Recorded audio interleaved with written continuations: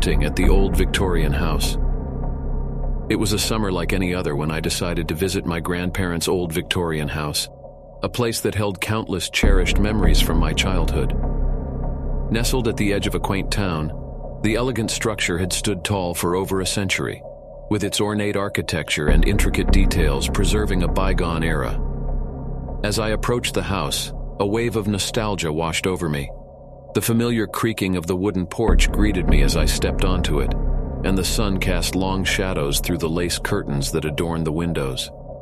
My grandparents had passed away a few years ago, leaving the house unoccupied and imbuing it with an eerie sense of loneliness.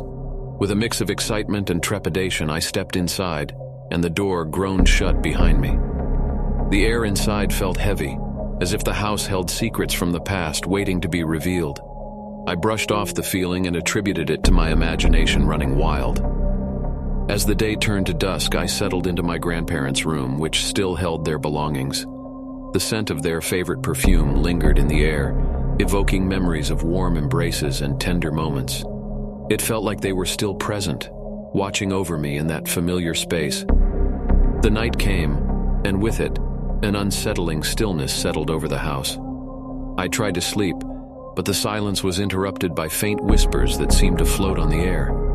At first, I dismissed them as the sounds of an old house settling, but the voices grew clearer, as if they were coming from the walls themselves. With a racing heart, I turned on the bedside lamp, hoping the light would dispel the unease. But to my horror, I saw the shadows of figures dancing across the walls, their ethereal forms flickering in the dim light. Panic set in, and I clutched the sheets tightly, unable to comprehend what was happening. Suddenly, a chill filled the room, and a presence seemed to materialize at the foot of the bed. It was a figure dressed in old-fashioned clothing, and as it turned its face toward me, I saw hollow eyes staring back. Frozen in fear, I could do nothing but watch as the specter drifted closer. As it drew near, I could feel a sense of sorrow emanating from it, as if it carried the weight of a tragic past. The specter reached out, and I felt an icy touch against my skin.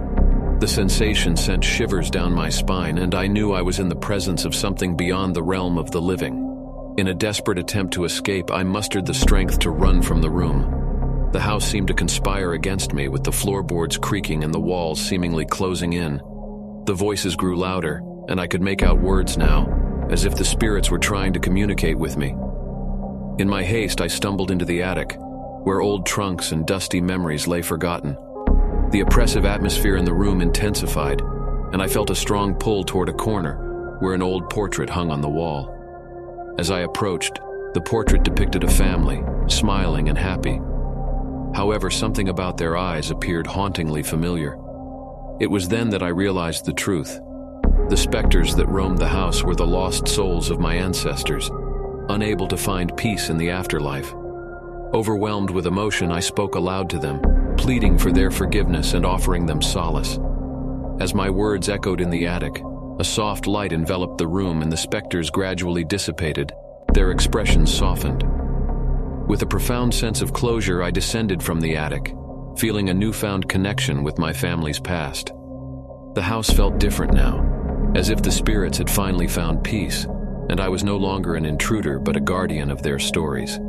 In the days that followed, the whispers ceased, and the shadows no longer danced on the walls. The old Victorian house had finally shed its haunting aura, replaced by an air of serenity.